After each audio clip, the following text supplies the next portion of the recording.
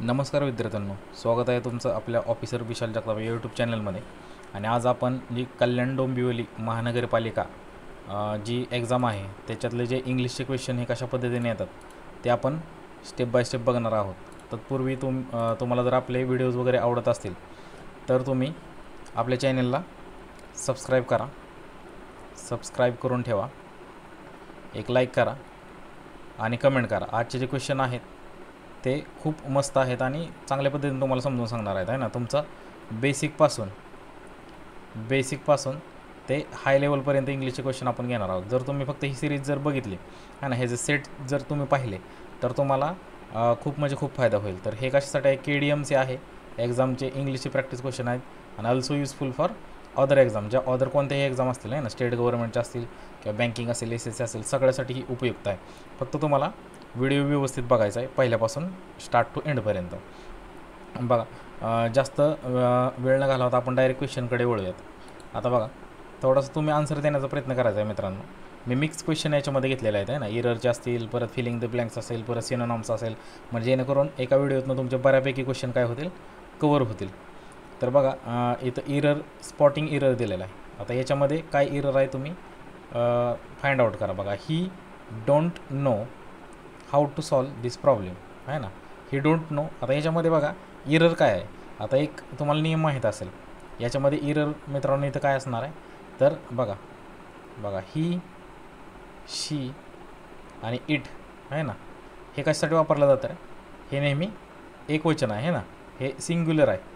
Singular म्हणजे एकाच व्यक्तीसाठी वापरलं जातं, बरोबर. हे सिंग्युलर आहे, बरोबर. याच्यानंतर काय वापरतो आपण, सिंग्युलर वर्ब पण काय वापरतो आपण, सिंग्युलरच वापरतो, बरोबर. ही, शी, इट काय आहे, हे एक व्यक्ती आहेत, बरोबर, म्हणजे एकच आहे. याच्यानंतर आपण वर्ब काय वापरतो, तर आपण सिंग्युलर वर्ब वापरतो, बरोबर, म्हणजे वर्ब वापरतो आपण एक. तर ते कोणतं वर्ब असेल आता मला सांगा. याच्यामध्ये बघा, याच्यामध्ये डू आणि डज हे दोन आहेत. डू हे प्ल्युरल आहे मित्रांनो, प्ल्युरल आहे म्हणजे अनेक वचन आहे. डू हे काय अनेक वचन आहे आणि डज हे काय आहे, सिंग्युलर आहे. सिंग्युलर, डज हे सिंग्युलर आहे. मग मला सांगा आता ही, शी, इट नंतर काय येणार आहे रे, सिंग्युलर आलं पाहिजे. सिंग्युलर आहे ना, ते एकटेच आहेत, सिंग्युलर आलं पाहिजे. मग याच्यामध्ये सिंग्युलर काय आहे, तर याच्यामध्ये डज सिंग्युलर आहे. म्हणजे उत्तर काय, म्हणजे याच्यामध्ये उत्तर काय आहे, तर डोंट आहे. डोंट म्हणजे काय की याच्यामध्ये चूक आहे, चूक विचारली ना इथं आपल्याला. इथं बघा इरर विचारलं ना, स्पॉट करायला सांगितलं त्यांनी. मग याच्यामध्ये उत्तर काय असणार आहे, डोंट उत्तर असणार आहे, कारण याच्यात इरर आहे. इथं याच्या जागी काय असलं पाहिजे होतं, डू असलं पाहिजे होतं, बरोबर. बघा, पहिला क्वेश्चन इथं आपला झालेला आहे, पहिला क्वेश्चन. आता दुसरा क्वेश्चन बघा. दुसरा क्वेश्चन, प्रत्येक क्वेश्चनमध्ये तुम्हाला एकदम नवीनच गोष्ट शिकायला भेटणार आहे मित्रांनो, एकदम नवीन. त्यामुळं चॅनलला तुम्ही काय करून ठेवा, सबस्क्राईब करून ठेवा, जेणेकरून तुम्हाला आपल्या व्हिडिओचे नोटिफिकेशन येतील आणि चांगल्या पद्धतीने तुम्हाला शिकायला भेटेल. बघा, या क्वेश्चनमध्ये तुम्ही फाइंड आउट करा बरं उत्तर काय असू शकते. आता याच्यामध्ये थोडंसं दिसायला सोपा क्वेश्चन दिसतोय, पण ज्याला जर ही ट्रिक माहीत नसेल तर त्याला ते थोडंसं अवघड जाऊ शकते. तर बघा काय दिलं इथं, she is very good, she is very good dash dash singing. आता बघा, लय जण उत्तर काय करतील माहिती आहे का, इन सिंगिंग आहे ना. उत्तर काय करतील, एक मिनिट मी कलर चेंज करतो. हां, खूप जण आहेत ते उत्तर देतील इन सिंगिंग, पण हे पण चुकीचं आहे मित्रांनो. हे काय चुकीचं आहे, तर तुम्ही म्हणाल कसं काय बरं सर हे चुकीचं आहे. बघा, शी इज व्हेरी गुड. आता गुड म्हणजे हे काय आहे रे तिचं, म्हणजे तिच्याबद्दल काहीतरी सांगितलं आहे ना, म्हणजे तिचं काय आहे, एक क्वालिटी सांगितली, क्वालिटी. ज्यावेळेस आपण बघा, ज्यावेळेस क्वालिटी सांगतो, क्वालिटी आहे ना, एखाद्या व्यक्ती पाहिजे, पण तिथं एखाद्या व्यक्तीची क्वालिटी सांगतो तर त्याच्या अगोदर आपण ॲट लावतो, त्याच्यानंतर आपण काय लावतो, ॲट लावतो. ॲट हे लक्षात ठेवा, हे नवीन नियम तुम्ही शिकता आहे ना. कोणतीही क्वालिटी असेल एखाद्या व्यक्तीची तर त्याच्यानंतर ॲट लावतो, इन लावणार नाही आहे ना. इन म्हणजे मध्ये. तुम्ही म्हणू शकता सर हेच बरोबर आहे, she is very good in singing, सिंगिंगमध्ये आहे ना, असं म्हणू शकता. ऑन आता बऱ्यापैकी माहिती आहे का, ऑन नसणार आहे, फॉर नसणार आहे ना. काही जण म्हणतात ॲट तर बिलकुलच नाही आहे ना. आपण म्हणतो ना ॲट कॉलेज आहे ना, ॲट होम, ह्याला तर लावतोच आपण ॲट, पण ज्यावेळेस क्वालिटी असते एखाद्या व्यक्तीची त्याला पण आपण काय लावतो, ॲट लावतो मित्रांनो. जर तुम्हाला मित्रांनो वाटत असेल की खरंच या चॅनलमधून आपल्याला काहीतरी शिकायला भेटतं तर तुम्ही सबस्क्राईब करायला विसरू नका. खूप चांगल्या पद्धतीची तुम्हाला टेक्निक, ट्रिक्स आणि चांगल्या कन्सेप्ट आपण सुधारून घेतो आहे. पुढचा क्वेश्चन आहे एकदम सिंपल आहे. आता याच्यात काय जास्त डोकं लावायची गरज नाही. बघा, चूज सिनोनमचा अर्थ आहे समानार्थी शब्द. कशाचा समानार्थी शब्द? हॅप्पीचा. आता हॅप्पीचा मला सांगा. हे अँग्री म्हणजे रागवलेला, बरोबर. सॅड म्हणजे दुःखी, समानार्थी शब्द सांगितला आहे ना. फेअरफुल म्हणजे भिलेला. तर इथं उत्तर काय ना, जॉयफुल. जॉयफुल म्हणजे काय? आनंदी. चला पुढचा क्वेश्चन बघूया. पुढचा दिला आहे त्यांनी की हे सांगा तुम्ही काय अँटोनॅम्स सांगा. अँटोनॅम्स म्हणजे विरुद्धार्थी शब्द पाहिजे ना, विरुद्धार्थी शब्द. आता बघा, चूज अँटोनॅम्स ऑफ स्ट्रॉंग. स्ट्रॉंगच्या विरुद्धार्थ. स्ट्रॉंग म्हणजे काय रे? एकदम मजबूत. याच्या विरोधात काय येईल बघा? पॉवरफुल हा समानार्थी शब्द आहे ना. ब्रेव म्हणजे धाडशी, हे पण नाही येणार. बोल्ड म्हणजे हे तर नाहीच येणार. वीक आहे ना. वीक म्हणजे काय? कमजोर. वीक म्हणजे काय? कमजोर. म्हणजे उत्तर काय येणार? ए उत्तर बरोबर आहे. ए उत्तर. बघा पुढचा क्वेश्चन.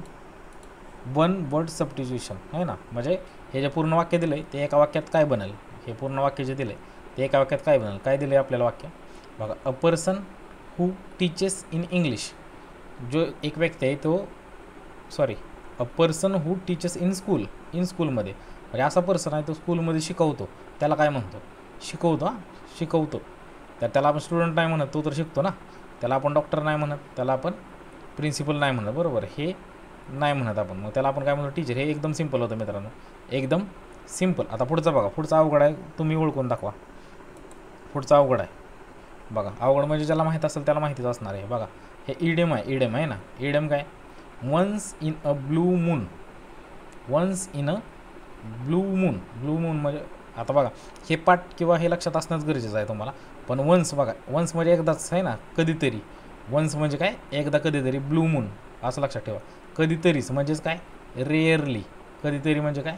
रेअरली असं ध्यानात ठेवा. म्हणजे उत्तर काय याचं? रेअरली. वन्स ह्याच्यावर ध्यानात ठेवा. Once in a blue moon म्हणजे रेअरली निघतं असं लक्षात घ्या. पुढे बघा, सेंटेन्स इम्प्रूव्हमेंट करायचं आहे. आता सेंटेन्समध्ये काय चुकीचं आहे ते बघायचं आहे. सेंटेन्स इम्प्रूव्हमेंट करायचं आहे. तर काय बघा, she go to market every day. आता लक्षात घ्या, मी मगाशीच तुम्हाला सांगितलं, ज्यावेळेस शी येतं, ज्यावेळेस ही येतं आणि ज्यावेळेस इट येतं, याच्यानंतर आपण काय वापरतो? कोणतं वर्ब वापरतो? तर सिंग्युलर वर्ब वापरतो आहे ना. सिंग्युलर वर्ब वापरतो, बरोबर. पण अजून एक याच्यामध्ये काय नियम आहे बघा मित्रांनो. याच्यामध्ये अजून एक नियम आहे. जर ही शी इट असेल, वाक्यामध्ये जर ही शी इट असेल, तर वर्बला नेहमी यस किंवा ई एस वापरायचा. वर्बला नेहमी काय वापरायचा? यस किंवा ई एस वापरायचा. हा नियम आहे मित्रांनो. हा काय नियम आहे? जर वाक्यामध्ये ही शी इट असेल आहे ना सुरुवातीला, तर त्याच्यानंतर जे येणारं वर्ब असेल त्याला आपण यस किंवा ई एस आपल्याला वापरायचं आहे. तर बघा, मग शी आलं इथं आहे ना, मग ह्याला यस किंवा ई एस वापरायचं. मग ह्याला ई एस आपण वापरू शकतो, बरोबर. म्हणजेच उत्तर काय येणार आहे? गोज उत्तर येईल. म्हणजेच उत्तर काय येणार आहे? गोज. बघा पुढचा क्वेश्चन. आता बघा, ॲक्टिव्ह पॅसिव्ह वॉइस करायचा आहे. आता एक लक्षात बघा, they are watching a movie.